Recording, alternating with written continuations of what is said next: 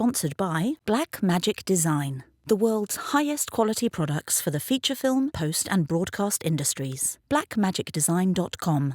And by JMR Rentals, jmrny.com.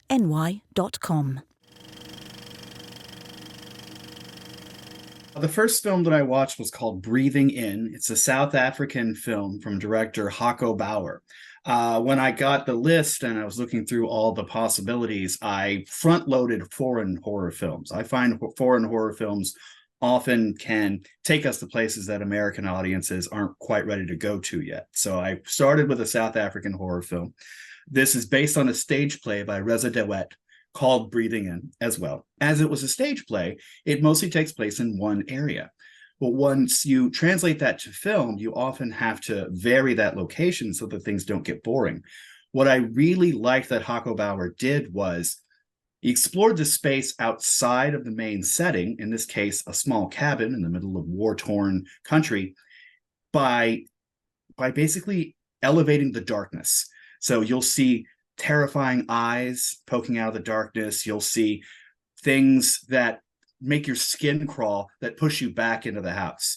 And so it was a great way to say, there's nothing for you out there. Focus on this story here. As the story was set behind the Anglo-Boer War, you would think that it would be a greater commentary on conquest and conflict, but really it's a matriarchal story about the bonds between a mother and daughter and the evil that men do. It's very much a feminine tale, and that the men are cast in a negative light as they busy themselves with their tiny little distractions of war. The performances are fantastic, and I really want to call out the score by Pierre-Henri Wicom. It is very evocative, lots of long, tense strings to really just play the emotion out as the film went on.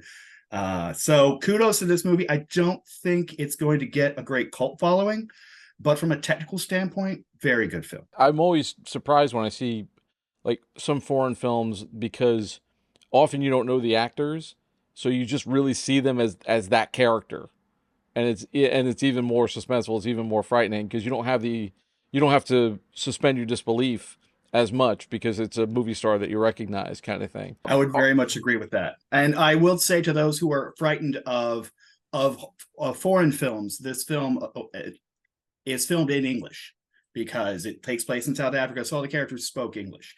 So it is accessible.